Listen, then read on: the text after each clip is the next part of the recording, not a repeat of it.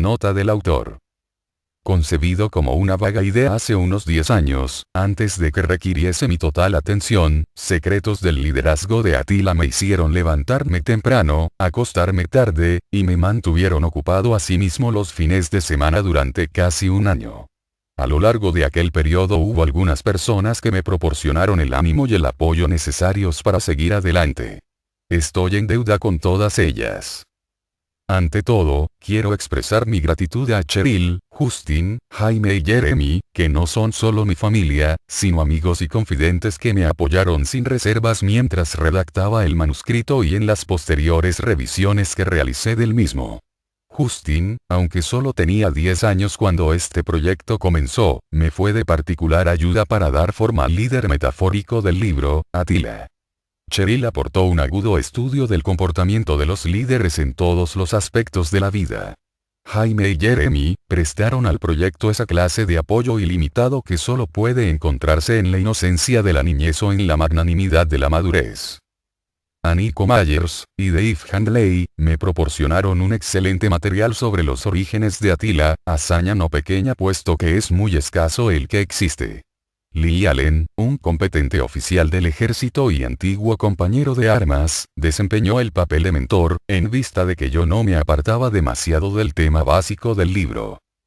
En el otoño de 1984, llevé a cabo varios intentos por mi propia cuenta y por medio de un agente literario en Boston para tratar de atraer el interés de alguna editorial que accediese a publicar el libro. Después de haber sido rechazado por 17 editores por 17 razones distintas, algunas de ellas conflictivas, un segundo agente literario me informó que no podía hacerse cargo de representar mi libro. En consecuencia, decidí que las buenas gentes de la Publishers Press, de Salt Lake City, editasen el libro pagándolo de mi bolsillo. Mi intención era la de proporcionar ejemplares, en su momento, a gentes que estuvieran interesadas en un libro que suponía una audaz ruptura con respecto a la literatura sobre el liderazgo tradicional. Mientras se producían estos acontecimientos, David Corpus, un famoso abogado de Washington D.C., leyó el manuscrito original y me sugirió que enviase un ejemplar a Ross Perot, fundador de Electronic Data Systems Corporation y actual presidente de Perot Systems Corporation. Inmediatamente después de la primera edición limitada, envié a Ross un ejemplar, con los saludos de David. Ross se interesó por el libro lo bastante como para que nos viésemos y charláramos de él. Adquirió 700 ejemplares de la primera edición, la cual desde entonces ha sido dada a conocer públicamente en el libro, Call Me Roger, de Albert Lee. Aquella compra me incitó a continuar con la distribución del libro, y también a buscar posibilidades de una mayor difusión. En el curso de los 3 años siguientes, los secretos del liderazgo de Attila fueron a parar a manos de unas 8.000 personas, desde los más acaudalados e influyentes al hombre común de la calle. Aunque la mayoría de los ejemplares fueron distribuidos directamente a compradores de Estados Unidos, muchos llegaron hasta compradores de Canadá, Panamá e Israel. Fue una experiencia extraordinaria para Cheryl y para mí. No habíamos anunciado el libro ni proporcionado información alguna en las 2 ediciones acerca de cómo se podían comprar más ejemplares. De hecho, inclusive nos mudamos de Utah a California entre la segunda y tercera reimpresión, sin embargo, quienes deseaban leerlo nos buscaban hasta dar con nosotros. Disfrutábamos mucho en nuestras conversaciones y con la correspondencia que manteníamos con ellos. Confío en que el libro haya añadido significado a sus vidas y les agradezco su patrocinio y sus palabras de aliento. La época durante la cual distribuíamos los secretos del liderazgo de Attila desde una pequeña oficina instalada en nuestra casa, trabajando con Justin, Jaime y Jeremy para tomar nota de los pedidos, empaquetarlos y enviarlos, es uno de los periodos más alegres vividos en familia. En mayo de 1988, la suerte de los secretos del liderazgo de Attila cambió de la noche a la mañana merced a un inesperado elogio publicado en el ya mencionado, Call Me Roger, un libro que describía la mala administración de una de las sociedades anónimas más importantes del mundo, la General Motors. El autor, Albert Lee, calificaba el contratiempo surgido cuando el presidente de General Motors, Roger Smith, prohibió a su nuevo socio comercial, Ross Perot, que distribuyese 500 ejemplares de Los secretos del liderazgo de Attila durante un banquete al que asistían los administradores del nuevo departamento Saturno de General Motors. Esto era nuevo para mí.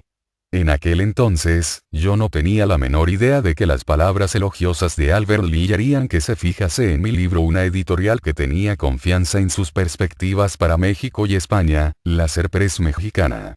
Gracias, Al. El primer paso en el proceso fue la sugerencia que me hizo el Dr. Hendrik Weisinger para que mandase un ejemplar de Los secretos del liderazgo de Attila a su agente literario, Arthur Pine y Asociados. Transcurrieron 2 meses enteros antes de que lograse superar mi temor a un nuevo rechazo y telefoneé hacia Richard Pine. No me extrañó que ni Richard ni su padre, Ar, supieran nada de mi libro, pero dijeron que le echarían una ojeada. Richard, que es un as en su trabajo, se las arregló para colocarle Los secretos del liderazgo de Attila a la Warner Books en menos de 2 semanas. No estoy seguro de que haya sido un tiempo récord para cerrar un trato en el mundo editorial, sin embargo me resultó impresionante al cabo de tanto tiempo pasado tratando de que uno de los que toman las decisiones en el negocio editorial accediera a leerlo en serio.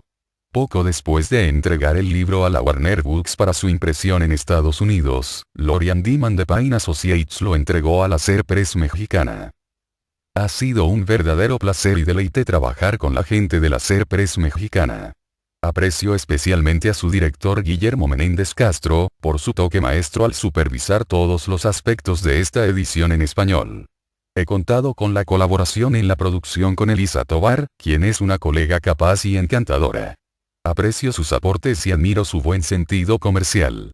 En general, han sido y son la clase de personas con quienes muchos de nosotros gustan de tratar.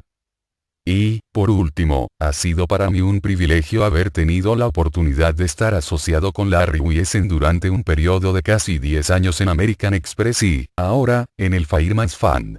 Me ha dado su confianza, su apoyo, su oportuno y prudente consejo, su ejemplo personal de integridad y la libertad para que haya podido aprender y lograr muchas cosas que, de otro modo, probablemente hubieran quedado fuera de mi alcance. Wes Roberts. Rohnert Park, California. Agosto de 1988. Prefacio. Attila, rey de los hunos, es un personaje ambiguo en el cual basar una metáfora sobre el liderazgo.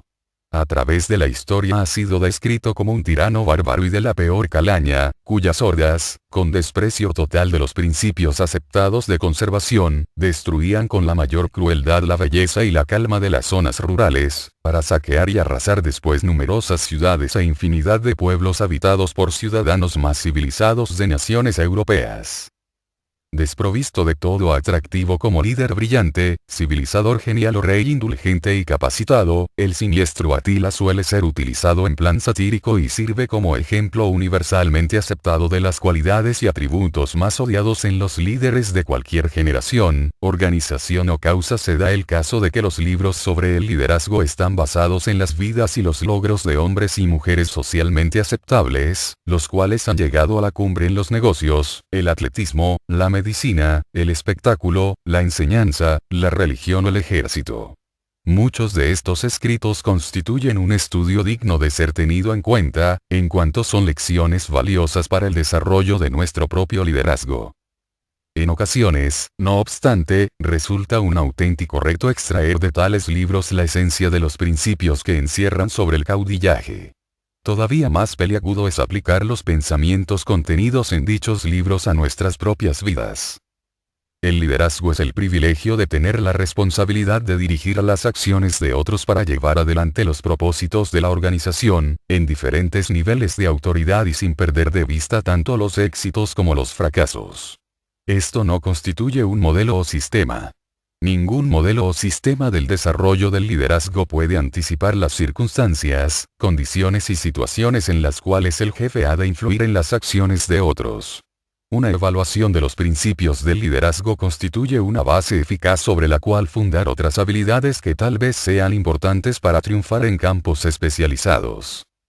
Por esta razón he escogido a Atila como el personaje central de este libro. Hace mucho tiempo que su nación desapareció, los hunos nómadas ya no van de un lado para otro, y es muy poco probable que alguien considere a Atila como un modelo digno de ser emulado. Sin embargo, como aspiro a demostrar, su carrera presenta un foro irresistible y oportuno para el arte de dirigir a los demás. Como individuos, los hunos eran una gente vigorosa y pérfida sin otro propósito común que el de instalar su próximo campamento. Como no existían facilidades para el comercio interno, merodeaban en busca de aldeas que arrasar para obtener un botín que después les serviría para trocarlo por alimentos y otros artículos necesarios para su supervivencia. Imposible imaginar ningún reto de caudillaje tan grande como el que Atila tuvo que afrontar para convertir a aquellas hordas bárbaras en una nación de hunos. Se vio obligado a arrostrar peligros, dificultades, tribulaciones y poderosas intrigas no solo de las tribus y clanes, sino también de su hermano y de sus tíos. Su ejército marchaba contra tropas más disciplinadas, mejor entrenadas y equipadas. Pocos, por no decir ninguno, de sus jefes subordinados compartían los sueños de Atila de conquistar el mundo y crear una patria para los hunos. Estos jefes tuvieron que ser convencidos, luego de que sus objeciones hubieran sido escuchadas y superadas. El temor por sus vidas aseguraba su lealtad, conscientes como eran de la lógica superior de Atila, aparte de la satisfacción que les producía la perspectiva de un botín más abundante del que podían obtener por otros medios. Como condición de un tratado de paz, Atila consiguió una vez que Teodosio II, emperador del Imperio Romano de Occidente, le pagase tributos. Y, tal vez como un rey fatigado y en los umbrales de la vejez, Atila regresó a casa con su ejército a ruegos del Papa. Visto desde una perspectiva diferente a la de quienes escribieron su historia, muchos de los cuales debieron, al menos en cierta medida, faltar a la verdad, o bien dejarse arrastrar por preferencias políticas, Atila puede ser descrito, hoy día, como un hombre emprendedor, diplomático, reformador social, estadista, civilizador, mariscal de campo brillante y jefe de unas hordas pavorosas. Pero, no he elegido a Atila como el personaje metafórico de este libro por ninguna de estas calificaciones plausibles o con el propósito de rendirle culto como a un héroe en una era moderna. Antes bien, la dura vida de Atila y su controvertida imagen como líder audaz, vigoroso, rudo e intrigante, que osaba acometer arduas tareas y realizar tremendas proezas contra dificultades en apariencia insuperables, ofrece una oportunidad única para explicar los principios fundamentales del caudillaje a una nueva generación de líderes que no le temen y que pueden disfrutar de una nueva exposición pedagógica de lo que, dicho de otro modo, resultaría vulgar y carente de emoción. Para aquellos que no saben gran cosa acerca de quién era Atila, y con el propósito de establecer una base para mi metáfora, he incluido una breve historia de su vida y leyenda en el prólogo del libro. Es esencial aclararle al lector que, incluso los historiadores más reputados no se han puesto de acuerdo acerca de los efectivos del ejército de Atila, ni tampoco con respecto a la población total de los hunos. De cualquier modo, parece ser que el número de ambos siempre ha sido exagerado tanto por los historiadores como por otras diversas fuentes. En resumidas cuentas, me da la impresión de que, si historiadores famosos han tenido dificultades en calcular el volumen de su ejército, 3/4 de lo mismo habrá sucedido con todo lo demás sometido a sí mismo el criterio y a la interpretación de cada cual. Por consiguiente, si bien he intentado ser objetivo al hacer de Atila mi líder metafórico, tanto a él como a sus hunos les he aplicado una imagen un poco más positiva de la que tal vez aparezca en otros trabajos. Cada capítulo comienza con una viñeta basada en hechos de la vida de Atila, lo que sirve para establecer la situación y experiencia correspondientes en que éste se apoya para explicar diversos principios del liderazgo a sus capitanes y soldados hunos, sentados en torno a las hogueras de los campamentos. Al no tener una relación directa con titulares y sucesos familiares en nuestros días, estas viñetas proporcionan al lector la oportunidad de visualizar su propia situación y prepararse para ciertos aforismos relativos al éxito del liderazgo en cualquier época, sociedad, organización o situación. Los aforismos pronunciados por Atila en este libro carecen de autenticidad, puesto que jamás fueron dichos por el rey de los hunos. Han sido escritos por mí, basándome en mis propias experiencias, investigaciones y observaciones. Han sido revisados y verificados por algunos críticos exigentes, e incorporados solamente después de haber pasado la prueba de un severo escrutinio. En todo trabajo de este tipo, el autor está obligado a identificar algunos de los pensamientos más profundos que quedan después de haber terminado su trabajo. Unos pocos de los que considero más acertados los he reunido dándoles el nombre de atilaísmos, los cuales sirven a modo de conclusión de estas nociones sobre el liderazgo. No ha sido mi intención identificar como Atilas a ningún líder del pasado, del presente o del futuro. Tampoco, de igual modo, he pretendido identificar organizaciones a lo Atila. Eso solo serviría para desviar la atención del mensaje que pretende contener este libro, y conduciría, además, a un debate inacabable y expuesto a las chanzas. No existe una fórmula mágica para desarrollar las dotes del liderazgo contenidas en este libro. Todavía no se ha descubierto ningún método extraordinario para acelerar la adquisición de las técnicas, las actitudes y los atributos del liderazgo. Tanto en la actualidad como en los siglos pasados, parece ser que, de cuando en cuando, el ser humano puede adquirir características de caudillo, aunque para ello tenga que recurrir a preceptos aprendidos de antemano. No considero los preceptos y conceptos vertidos en este libro como declaraciones definitivas de todo cuanto se sabe acerca de las personas capaces de sobresalir como líderes. Se trata, empero, de un vasto y fundamental comienzo para comprender lo que comúnmente llamamos liderazgo. Introducción, en busca de Atila. Paseándose por la historia como una nación de orígenes misteriosos, los hunos eran una conglomeración de tribus nómadas, un grupo multirracial y multilingüe.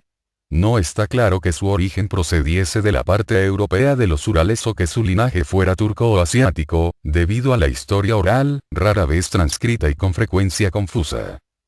Obligados al pastoreo, carentes de metas nacionales, los hunos eran una nación desperdigada, en perpetua migración. Sus guerreros galopaban delante de las mujeres, las cuales instalaban sus hogares en carros cubiertos de pieles, repletos de chiquillos y cargados con el pillaje de la victoria. Sus largas migraciones eran un constante y monótono vagabundeo, animado por cánticos infinitos entonados en loor de la naturaleza. Sobre estas canciones predominaba una incesante cacofonía del resoplido de los caballos y el restallar de los látigos. Vestidos con pieles de animales salvajes, muchos de los hunos se caracterizaban por su tez oscura, amarillenta, sus largos brazos, sus amplios tórax y sus ojos rasgados y oblicuos en los que brillaba una chispa. Los cráneos de los guerreros habían sido deformados en su infancia por un artilugio de madera, sujeto con tiras de cuero. La barba rala de los guerreros era el resultado de que sus mejillas hubieran sido marcadas con hierros candentes en su adolescencia, para retardar el crecimiento del vello facial. Comían carne cruda, aunque previamente la secaban metida en bolsas colgadas entre sus muslos o entre los flancos de sus caballos. La leche de yegua formaba parte de su alimentación. Las armas de la horda eran consideradas rudimentarias y toscas incluso en su propia época.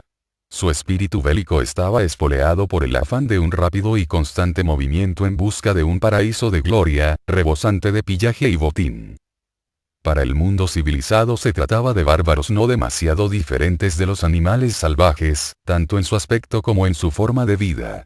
A menudo, la simple presencia de las hordas producía el suficiente terror en los habitantes de una región como para que estos abandonasen las aldeas sin ofrecer resistencia y sin que se les pasara por la cabeza la idea de tomar represalias. De este pasado bárbaro y confuso surgió uno de los líderes más formidables que el mundo ha conocido. Atila, rey de los hunos. Nacido en un carro en algún lugar de las llanuras del Danubio hacia el año 395, Atila era hijo del rey Mundsiuk, y su linaje se remontaba por lo menos a 32 generaciones.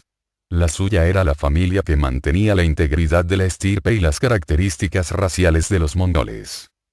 Atila, que a muy tierna edad aprendió a cabalgar a lomos de una oveja, se convirtió con el tiempo en un jinete extraordinario. También superaba a los demás en el manejo del arco, la lanza, el lazo, la espada y el látigo. Todas estas técnicas eran tradicionales entre los hunos, y un personaje de noble cuna no podía por menos de dominarlas. La conciencia de su propia fortaleza física engendró en él una soberbia descomunal, al mismo tiempo que un gran desprecio por los débiles.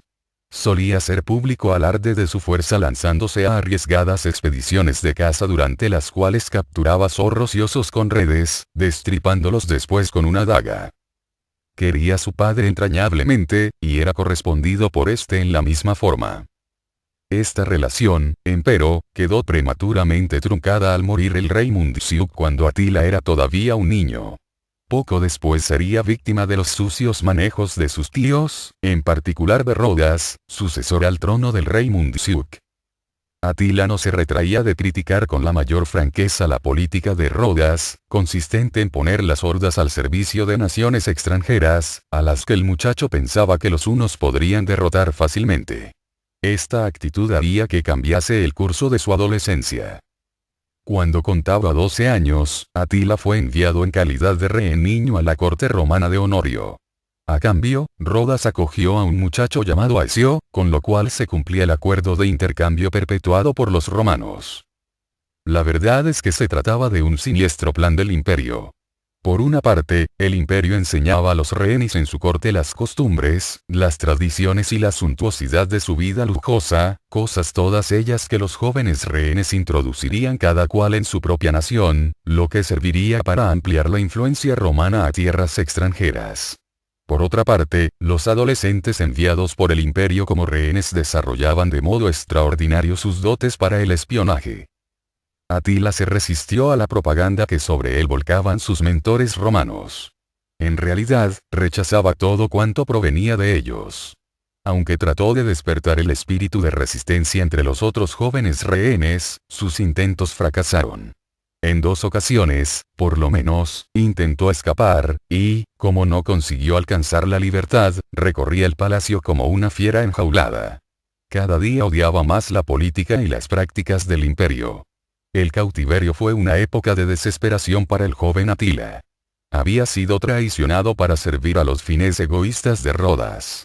Estaba lejos de su patria y de las costumbres con las que estaba más familiarizado.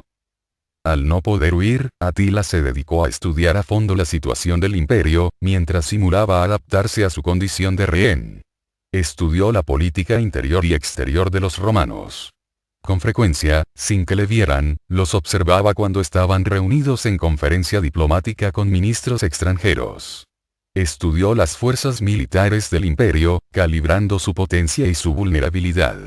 Notables maestros romanos le enseñaron técnicas de mando, protocolo y otras materias esenciales, adecuados para futuros dirigentes y diplomáticos. Fue en la corte romana donde Atila concibió su estrategia para dominar el mundo.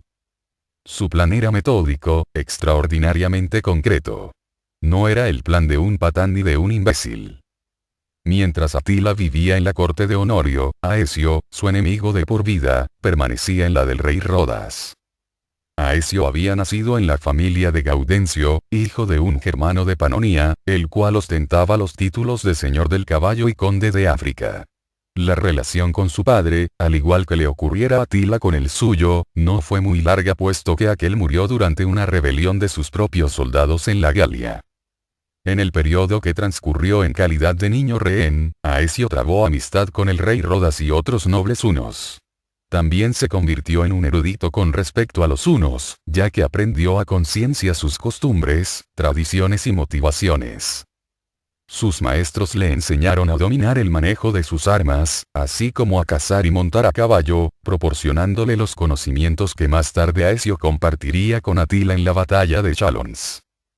Cuando Atila regresó al valle del Danubio, las tribus permanecían independientes de todo control político o militar por parte de un poder central.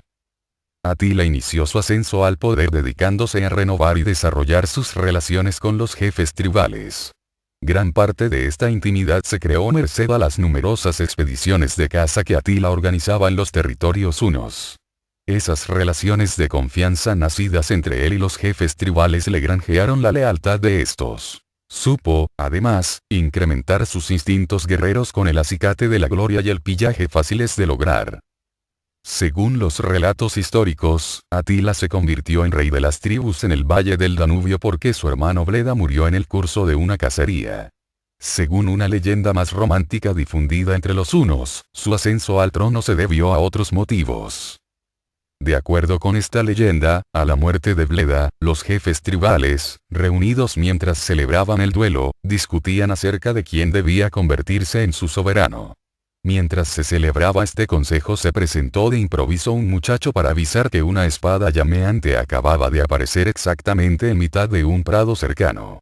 Los jefes tribales, guiados por el muchacho, llegaron al prado y vieron asombrados cómo la espada llameante saltaba a la mano tendida de Atila. La forja de la espada era de tal calidad que todos coincidieron en pensar que había sido hecha por una deidad. Era un presagio, la espada de Dios, y sin duda alguna les había sido enviada para poner fin a la discusión y confirmar a Atila como su rey. Una vez convertido en rey, Atila comenzó a unificar a las otras tribus ferozmente independientes para construir la nación de los hunos. Se dice que pasó días enteros delante de su tienda, en conferencia con los jefes tribales para que le confirmasen su lealtad a su plan de unificación.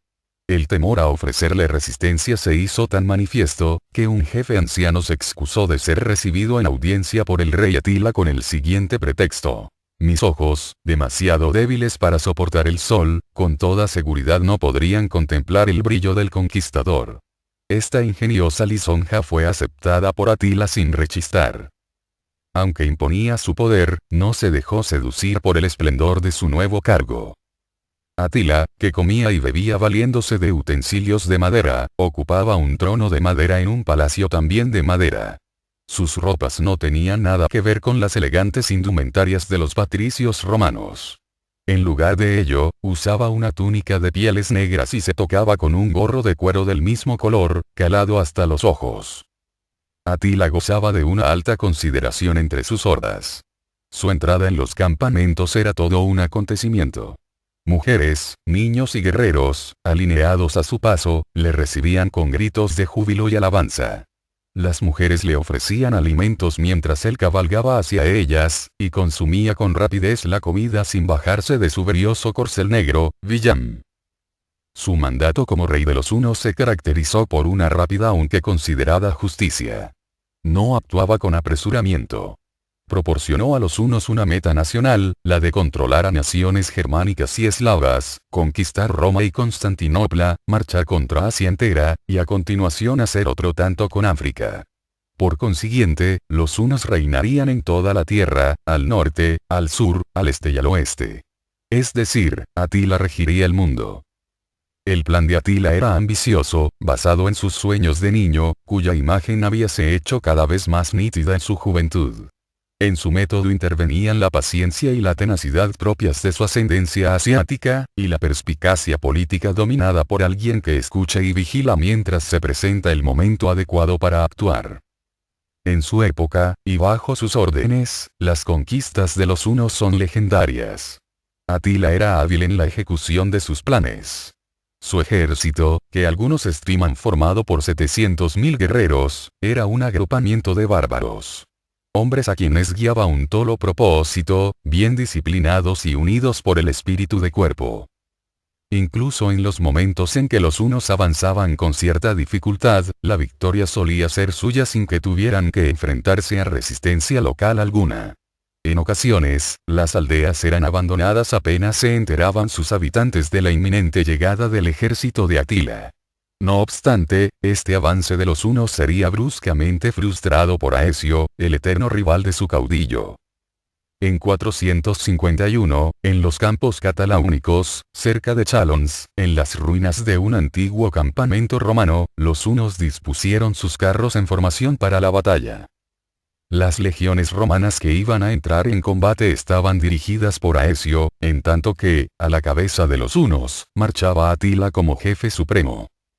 Utilizando técnicas aprendidas de su experiencia entre los hunos, Aecio neutralizó la ventaja de la caballería y de los arqueros hunos obligándoles a luchar cuerpo a cuerpo. A los soldados romanos sus cascos de bronce y sus corazas los protegían de las hachas de piedra de los bárbaros, poco duchos en tácticas de infantería. Las espadas de los romanos se impusieron a los lazos y las largas lanzas de los hunos. La batalla fue encarnizada, ninguno de los dos bandos hizo prisioneros, y pocos heridos sobrevivieron. A la caída de la noche, se calculó que de 162.000 a 300.000 guerreros hunos yacían muertos en los campos cataláunicos.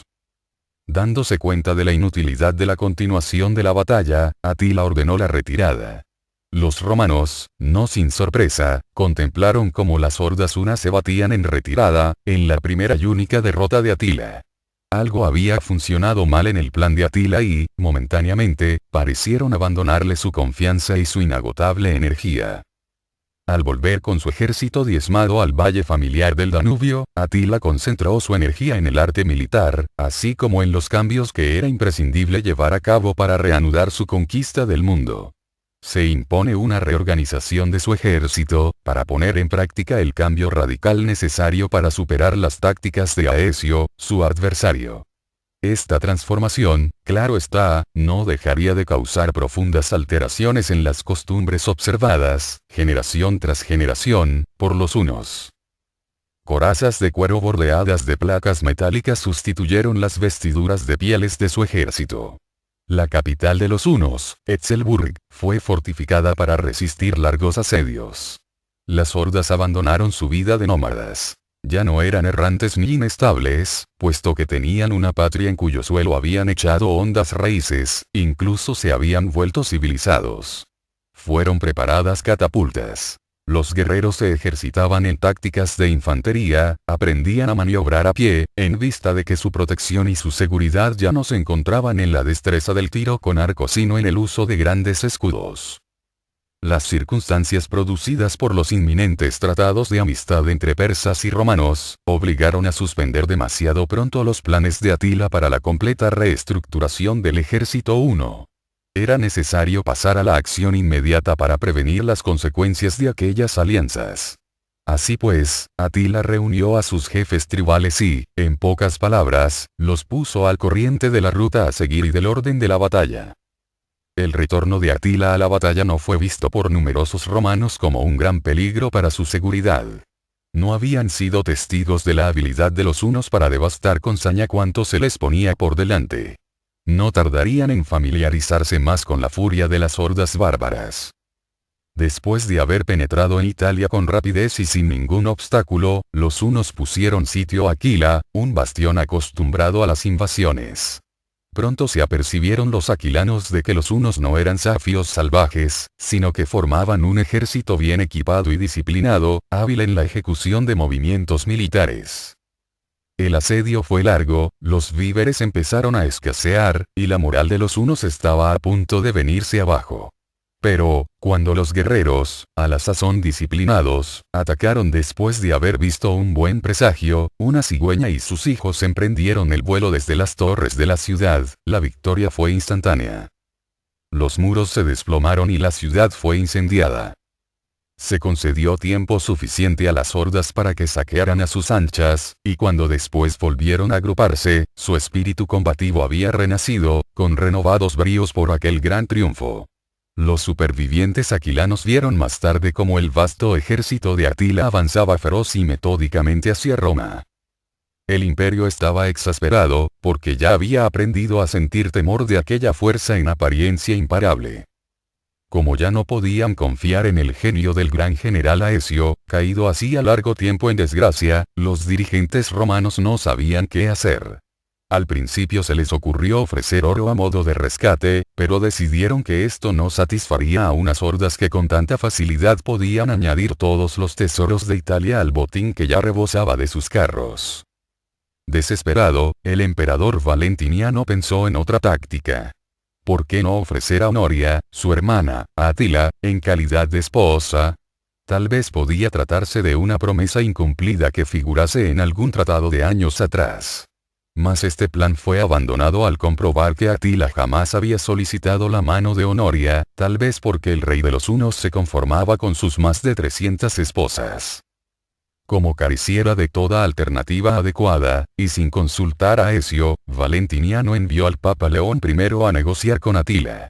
El emperador tenía la esperanza de que, quizá por medio del respeto por el clero, el azote de Dios se mostraría misericordioso, como lo fuera un año antes en la Galia al acceder a las súplicas del obispo Lout y respetar la ciudad de Troyes.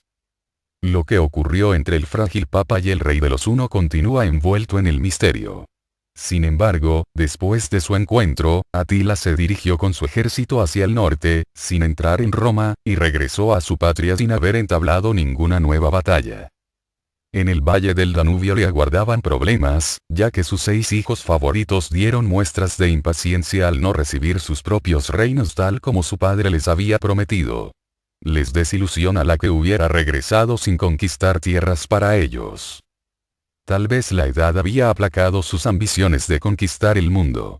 Es posible que Atila hubiera perdido parte de la confianza que sentía en sí mismo, o que le invadiera cierta calma interior, capaz de mitigar tales ambiciones, a causa de la satisfacción de haber renunciado voluntariamente a arrasar Roma. La conquista del mundo ya no era un deseo insatisfecho. El guerrero que había en él se inclinaba ahora hacia la diplomacia. Reanudó negociaciones con los romanos. Semejantes actos, poco habituales durante su reinado, hacían necesario, por razones disciplinarias, que Atila se confirmase a sí mismo como rey de los hunos. Una vez más, como en años anteriores, hizo ejecutar a los jefes tribales que se habían sublevado contra él. Una hermosa joven, hija de uno de aquellos jefes rebeldes, imploró a Atila que perdonase a su padre, quien, a pesar de todo, fue ejecutado. No obstante, tan atraído se sintió Atila por la belleza de la muchacha, Híldrico, que decidió hacerla su esposa. Aquel matrimonio fue considerado como un buen presagio por los hunos. Atila olvidaría su edad avanzada, sus disgustos y problemas, y continuaría su conquista del mundo con renovado vigor. En consecuencia, sus hijos recibirían territorios donde podrían reinar. Después de una fastuosa ceremonia y de un banquete de boda que hiciera época por la admiración que en todos provocaran, la pareja real se retiró a la cámara nupcial. Al día siguiente, extrañados de que su rey, cosa insólita, guardase silencio, sus guerreros echaron abajo la puerta de la cámara nupcial. Allí, desnudo sobre unas pieles blancas yacía Atila, muerto, en medio de un charco de sangre. Algunos dicen que la desposada lo asesinó para vengar la muerte de su padre. Sin embargo, no se halló ninguna herida en el cadáver. Otros dicen que tal vez sus hijos, hartos de su padre, lo mataron. La versión romántica y legendaria de la muerte de Atila es que éste falleció por causas naturales, una hemorragia provocada por los excesos cometidos la noche de su boda. El entierro de Atila fue tan impresionante como lo había sido su enlace. En una gran y majestuosa ceremonia Atila fue sepultado en las aguas del río Tisa. La historia occidental, en la que Atila es descrito como un individuo cruel y despiadado, no muestra menor respeto por él. Esta ha sido la causa de insinuaciones y retruécanos relativos a su carácter y sus peculiaridades. Características similares manifestadas por líderes famosos en todas las generaciones posteriores fueron despiadadas y perversas. Ha sido despreciado por autores tan insignes como Dante en la Divina Comedia, Infierno, Canto 12, en el cual escribió: «La justicia divina castiga aquí a aquel Atila, que fue azote en la tierra». En su ficticia confesión final a los coreanos del norte, el comandante del barco norteamericano Pueblo, Lloyd Butcher, exhortaba a sus secuestradores a perdonar nuestras cobardes acciones, solo comparables a las de Atila. Más tarde, el comandante Butcher juró ante el enemigo que su relato de las acciones del pueblo, verdadero, por el sagrado honor del gran pájaro moteado. Una vez más, Atila era el blanco de un oportuno uso de la pluma. Con todo, Atila es recordado con orgullo por muchos de los descendientes de su pueblo, los húngaros. Tal vez el lied germano Nibelungo dijo a lo mejor acerca de ellos cuando escribió: «Había un poderoso rey en el país de los hunos, cuya bondad y sabiduría no tenían igual». Atila es un ejemplo de la clase de líder que nunca se siente satisfecho, que prefiere tomar la iniciativa, actuar en vez de permanecer cruzado de brazos. Por regla general, el mundo occidental desconoce el legado de Atila. Se sabe muy poco acerca de su importancia histórica como civilizador genial, de mentalidad abierta y lleno de ideas, en todo lo cual superaba con mucho a Alejandro Magno o a Julio César. La controversia que rodea a Atila tal vez no quede nunca resuelta, pero los secretos de su liderazgo ofrecen la posibilidad de penetrar, a través de la metáfora, en las características de edad, valores y principios que distinguen a los que dirigen de quienes se contentan con seguir. Después de todo, se convirtió en Atila, rey de los hunos.